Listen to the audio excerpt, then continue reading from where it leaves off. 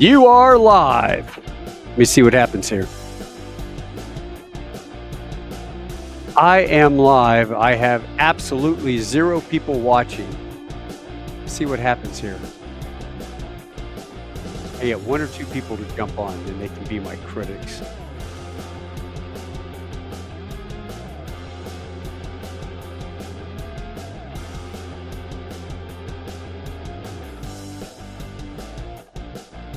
Everybody's at dinner right now.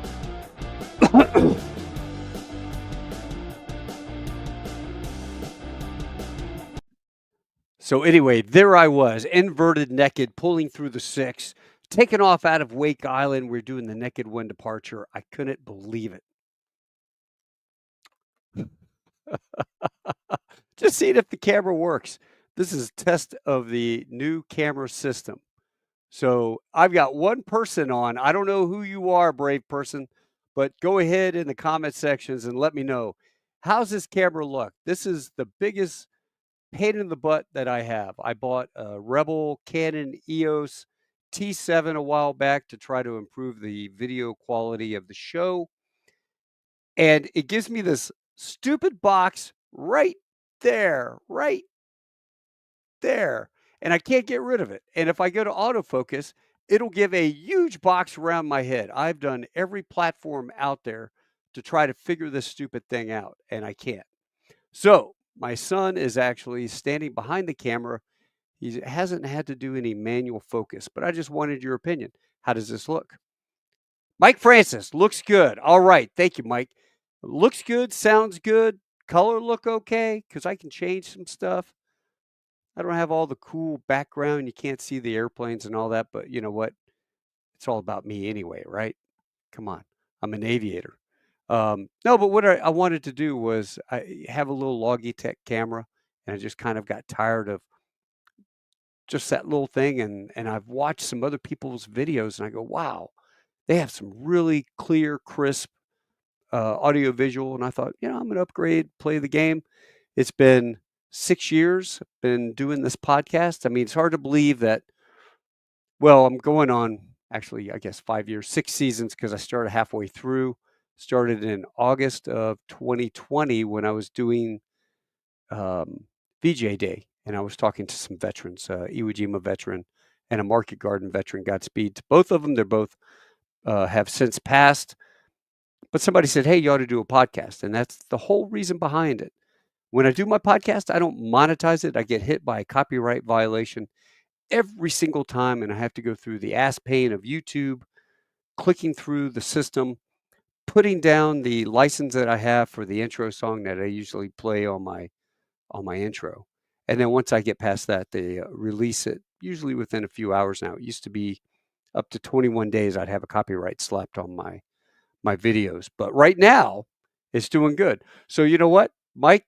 I appreciate you. The other 6 people that are watching, let me know what you think. If you guys have any questions, you want a story, you want me to tell a story time with Taco, just let me know. Name a subject. I'll see if I can come up with a story. I kind of like that. I got a haircut.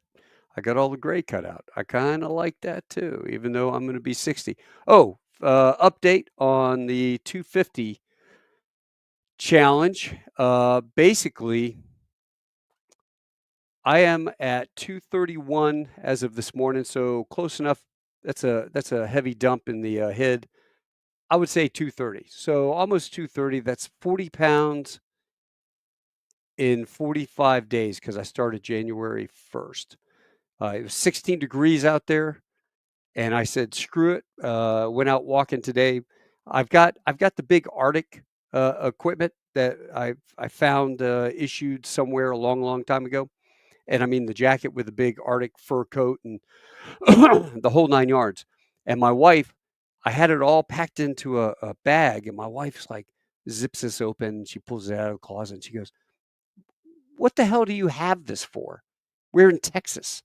And I go, yeah, honey, better, to have it, not need it, than to need it, not have it, right? So I kept it.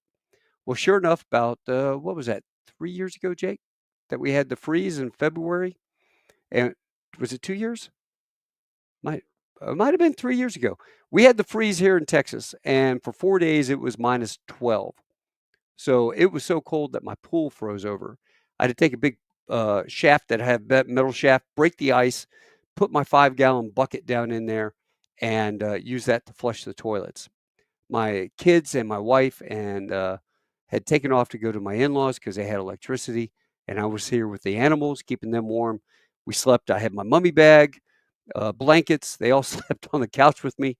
It was hysterical, and I would go outside and I'd put on my Arctic suit. I have the pants, I have the gloves, I have the whole 9 yards, and that thing was awesome, and I took a picture of myself, standing by the pool out there in the freezing cold, and I was good. So today, I used the jacket again. It's, been a couple years since I put that on. Literally walked the neighborhood sweating. All I had was a fleece underneath and that jacket. Now my legs were a little frozen because of it was just sweats. But holy crap, man, I was sweating on the inside, sweating on the hat and sweating under that jacket. So I know life was good. Jimmy, looking good. Neil, hey, Neil, how are you? Outstanding. Keep pushing, brother. Henry, looking good. Yes, thank you guys so much. So, as I go up, you can't see that, it kind of gets out of focus. Um, my goal of 200 pounds is right around the corner. I got 30 pounds to go. Right now, 30 pounds. If I do 210, which I definitely would fit into all my uniforms at 210 even, um, that's only 20 pounds to go. That's just probably another month. Maybe, if I take it easy, a month and a half.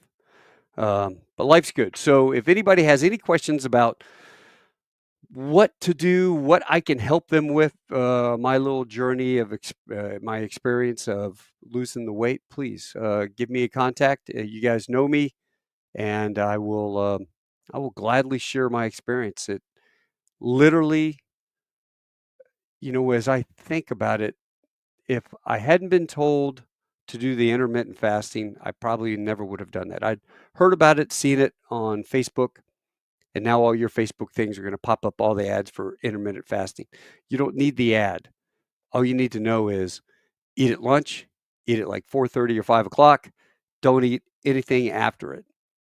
I think if you just did that, and in combination with the carnivore diet, you would probably lose half the amount of weight I have in the same amount of time. I really think it's that powerful.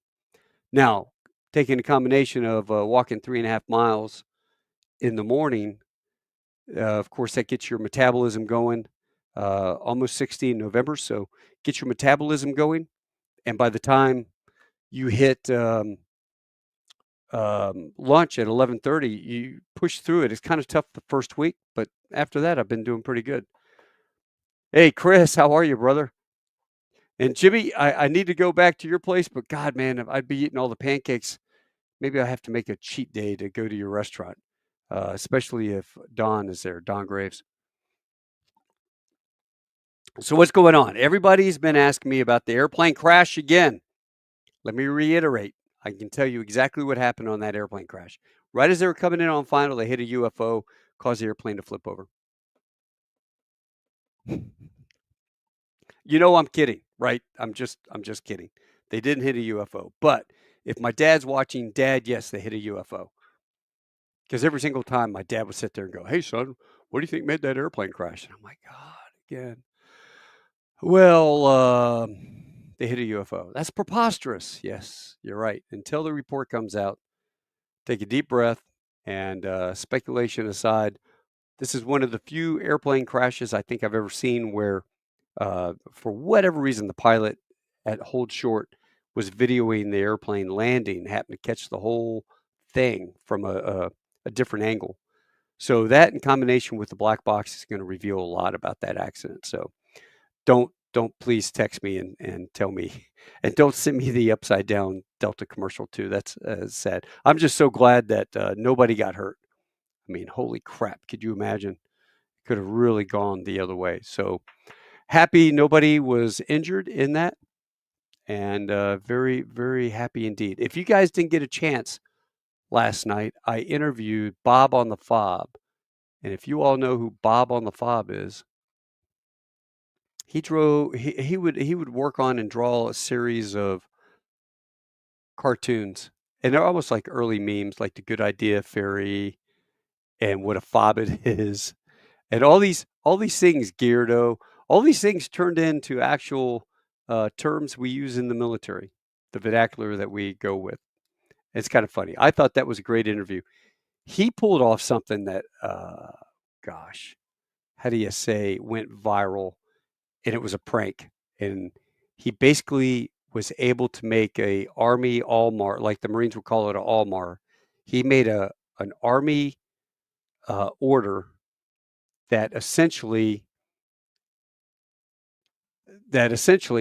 you guys want to see this?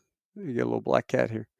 That essentially told everybody that instead of battle buddy, they had to use the term warrior companion, and they put that into uh, they put it into the vernacular warrior companion, and they would make arguments about the Army's changing this and how gay is that, and I can't believe it. I'm not going to say it, and they can't force me to. That people actually thought it was real, and somehow he was able to send it over Nipper Zipper, I think Nipper, and when he did, it went viral, got past everybody. So that was kind of cool. I do have something that I found the other day that I was going through, and I'm going to do a book report pretty soon. You guys see this? Bat 21. Pull it back. There we go. Bat 21. And then the companion book is The Rescue of Bat 21. I'm going to do a book report on this because in high school, my dear friend Parker Perkins, we went to high school together, college, and then the Marines. Parker read this book, this exact book right here, and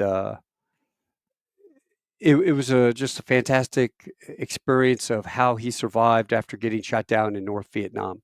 The VC were after him. They're chasing him through the jungle. It was the most expensive rescue, and as a matter of fact, they lost a couple Jolly Greens during that rescue. Killed a bunch of people trying to get him out. The rescue was actually performed by Tommy Norris, who was a Navy SEAL, and he received the Medal of Honor for that. But in this book, at the very end, it says the last thing written on this book. He now lives with his wife Gwen in Tucson, Arizona, not far from a golf course. California, 1980. Well, when I finished the book, I picked up the telephone. I called information for Tucson, Arizona, and sure enough, his phone number was in the book. So the operator was nice enough to give me his phone number, and then I placed a call to Colonel Hamilton, and we talked for an hour long distance, which was back then a lot of money. I had a job, so I used my calling card and was able to shoot the bull with him. And I told him, I said, your experience and what you did and how you handled this, you're like my new hero now. Neat guy. Well, he kept trying to, we became pen pals, and he kept trying to get me to go to the Air Force Academy, become a pilot in the Air Force. But I joined the Marines at 19. So I was always like, hey, sir, I've got an air contract with the Marines.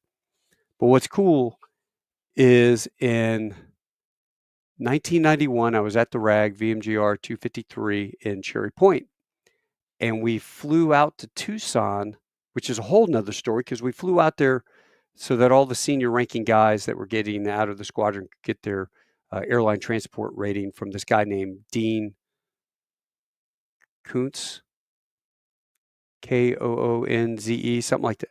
I'd have to look him up. That's another story. But they went out there to go see him. Very interesting story, by the way. And I invited the whole crew to go to the O Club at Tucson to meet Colonel Hamilton.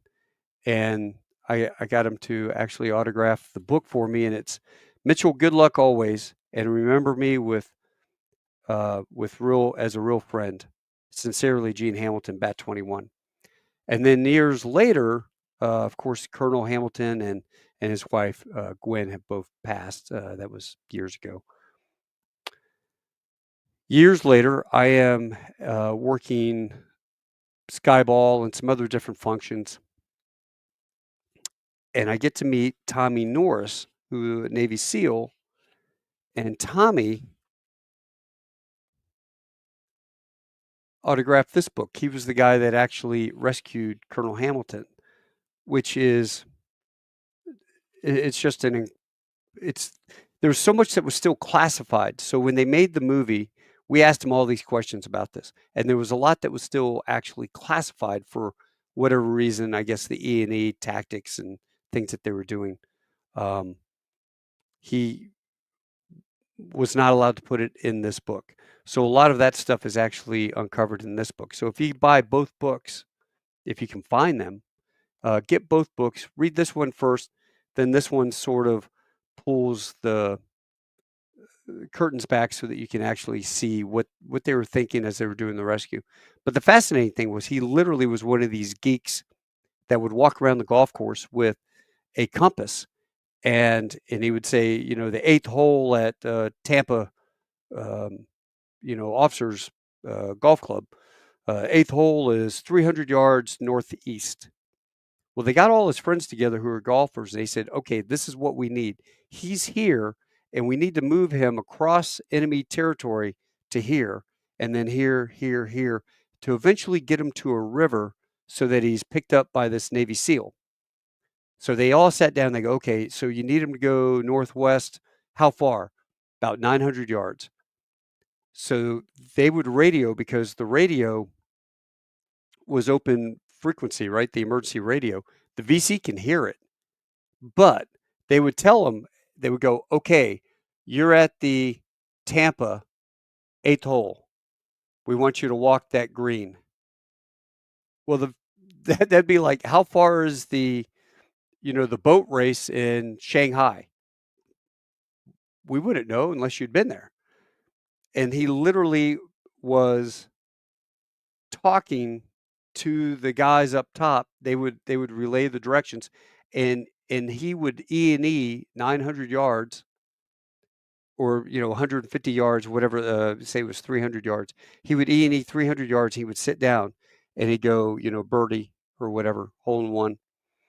And so they kept giving him directions going all the way back and forth. And yes, I am live to my uncle Bruce McCampbell. I sure wish he would come on with me one day.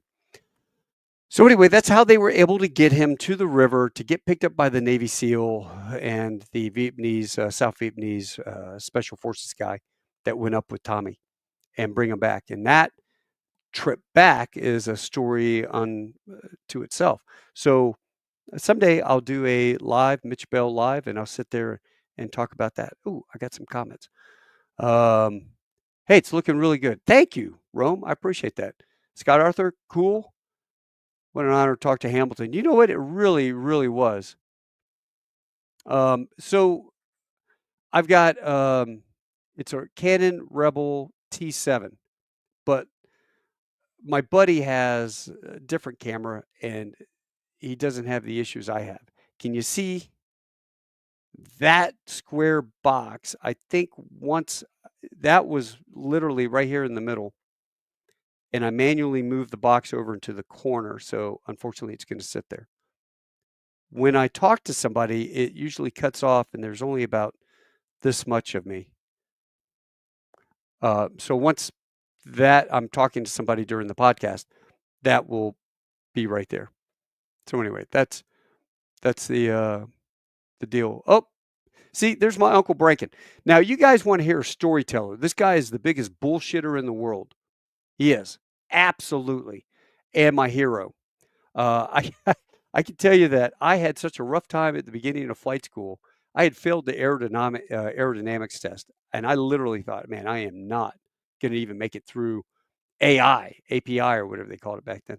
My uncle flew up from Sanford, Florida in his Bonanza, and we went flying. He'd go, okay, low pressure, high pressure, open the door. You can't close it because of the wing and the pressure over the wing. It's kind of funny. We had a great time. Went out that night to, oh, geez, what was the name of the bar? The dude with the two different socks. Trader John's. So we went to Trader John's, played a bunch of pool, drank a bunch of beer, relaxed, did no studying over the weekend, hung with him, went flying, recharged my batteries, took the test Monday, passed. Woo! The rest is history, as they say. So I can't thank my uncle enough. He was a Rio with the Pukin Dogs, VF 143, Mighty Pukin Dogs, out of Little Creek, or not Little Creek, that's where we lived, Oceana. And I tell you what, if I could just get him on the show, I would definitely have some entertaining stories for the rest of you all, like the lobsters they brought down from Maine or chasing UFOs. He was one of the first. I'm just kidding. Um, he'll probably yell at me for that one because now everybody will be calling him, "Hey, Big Bird, did you really see a UFO?" Oh, okay. Well, that's always nice to know. My camera just died, but you can still hear it, which means, let me see if I can do this. Start that, do that, and do this. Press that to do, that's nice to know, because if that thing goes out on me, I am screwed. Let me try this.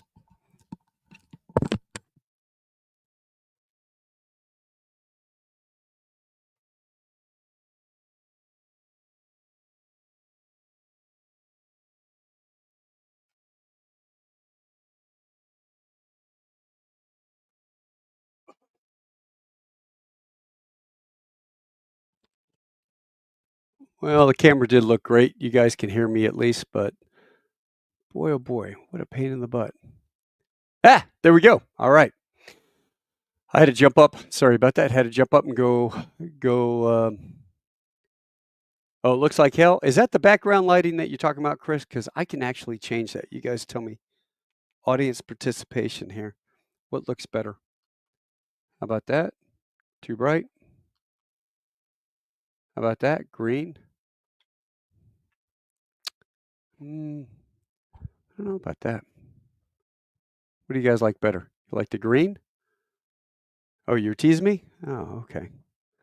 Well, let's see. What about that? How about that light? Am I still clear? Red is better? Really? All right. Let me try it.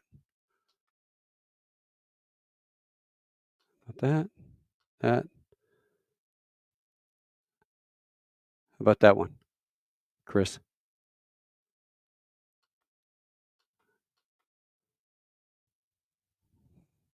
There we go. How about that? Oh, you can't hear? Oh, hold on a sec. Audio. Check, check, check, check, check. Okay, it's saying that the audio is good. Can you guys hear me? 6x6. What happened to 5x5, Chris? Lima Charlie, loud and clear. Oh, Troy Stewart, a buddy of mine, is starting a podcast. Everybody has a podcast, and I love it. More people, the better. Um, and he asked me to do a scene out of my Hummer, and it says, "I read you, Lima Charlie, loud and clear." And I've got a World War II radio. Anyway, it's kind of funny. That will be cool. Lima Charlie. Excellent, Smithers. So if this works and I can make sure that this thing actually stays on, I'm going to have to do this another time just to keep it going. All right. Do you guys have any questions for me? Anything going on that you want to know about? Put it in the questions. Ask me a question. Ask me. Ask me something. What is this? Toastmasters? I have to sit and give a 20-minute dissertation? I mean, come on, guys. I've already been talking for 24 minutes. How about the flip? Oh, you're talking about the airplane? Yeah, that was a UFO. Yeah, they hit a UFO in short final. I don't know. How about something other than airplane crashes? Yeah. And they happen very rarely. Do you know about the aliens on the dark side of the moon? Yes, the moon is hollow. When they threw something at the moon, it rang like a bell. They said that they had picked that up for days. All right. You're gonna get me on. You can get me on something. Drones. Yeah. You know what? All right. So this is what I honestly think. If you were to use science fiction, dimensional beings, or say a time machine, if you were in the future, all the people are so wrapped up about ancestry.com, right? Everybody, DNA tests, the whole nine yards. Now imagine, say 100 years from now, they come up with time travel, and you can time travel back on your line to go see Grandpa Mitch, go fly an airplane, or whatever. But you can't actually get into the craft because the forces and everything going through time would kill you. So they come up with these little beings that have fingers and move around, look about the size of children, and those things can withstand because they're not alive. They can withstand all the forces that these things are able to do. So they send that thing back in time. You're connected to it, so you can see everything just like you're there, experience, taste, whatever. And then the guys come back and they see Uncle Rome out there in the Ukraine, slugging it out in the mud, and then they pop in and visit them, and you think it's a ghost, and they're gone. So anyway, that's my theory. I'm sticking to it. Do you hear about the missile launch? 150 miles from a Cobra. No, I'm not sure what you're talking about.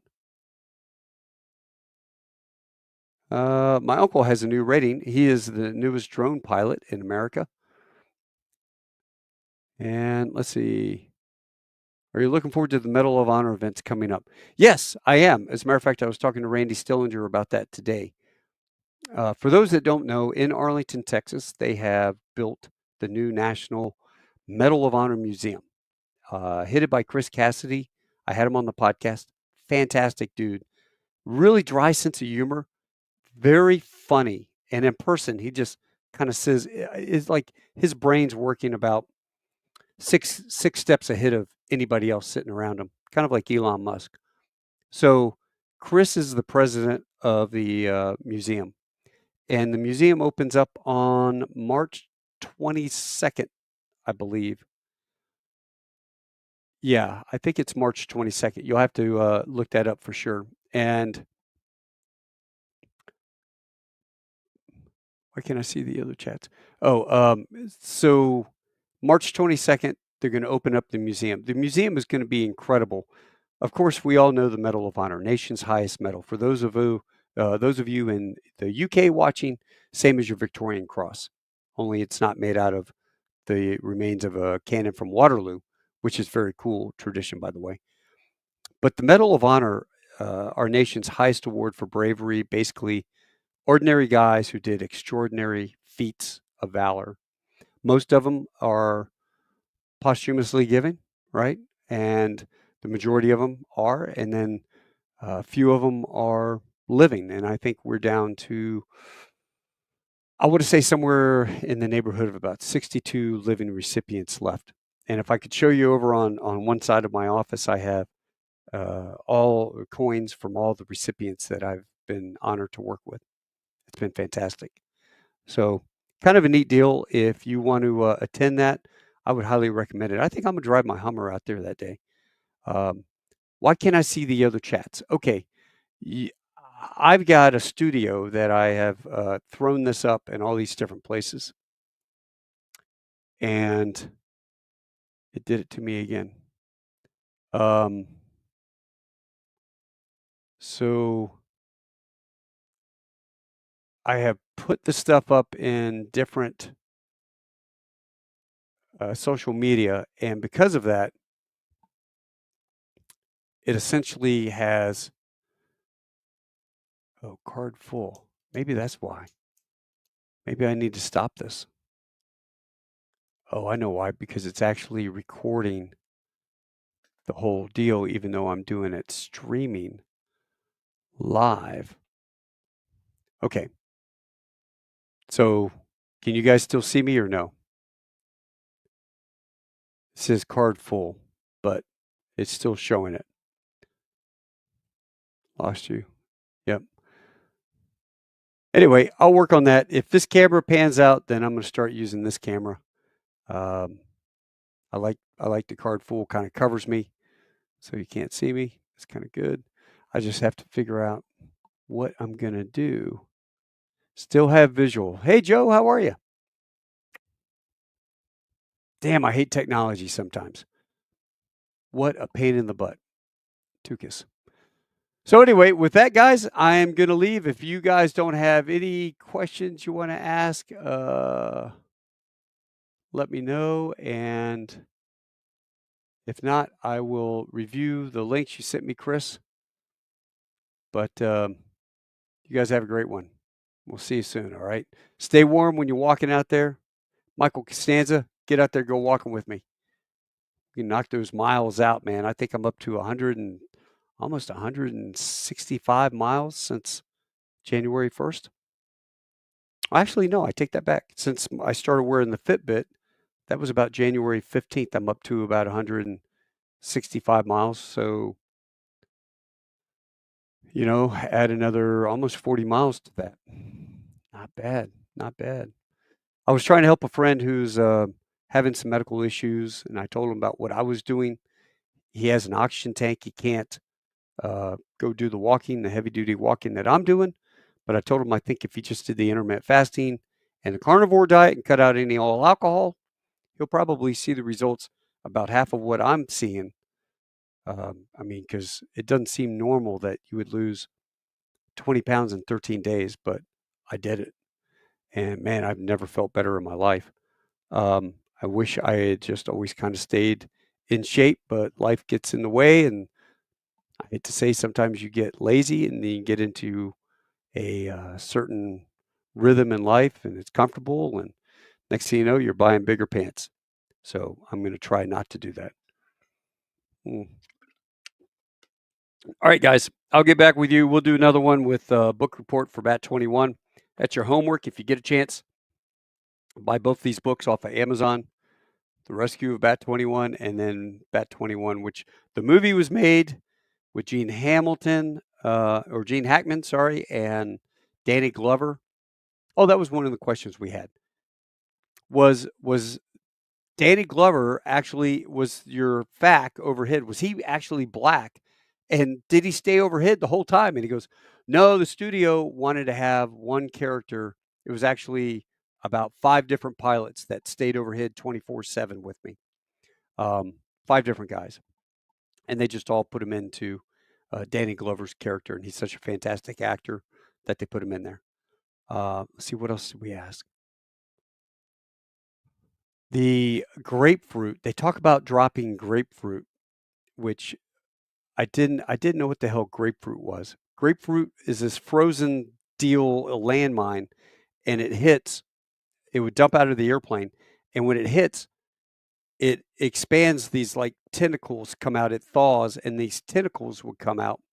And it was a landmine, but it looked like a grapefruit. So if a VC guy stepped on it, it would blow up. And they dumped all this stuff around them except for one little sliver. And the VC couldn't get to him. He was on a hilltop and they couldn't get to him. And then they actually E&E'd him out of that area because they had driven the VC away. That was kind of interesting. All right, guys. Until I see you another time, man, thanks so much for joining me. You all take care. Adios. Hasta luego. Wiedersehen. Tschüss. Shishini. Au revoir.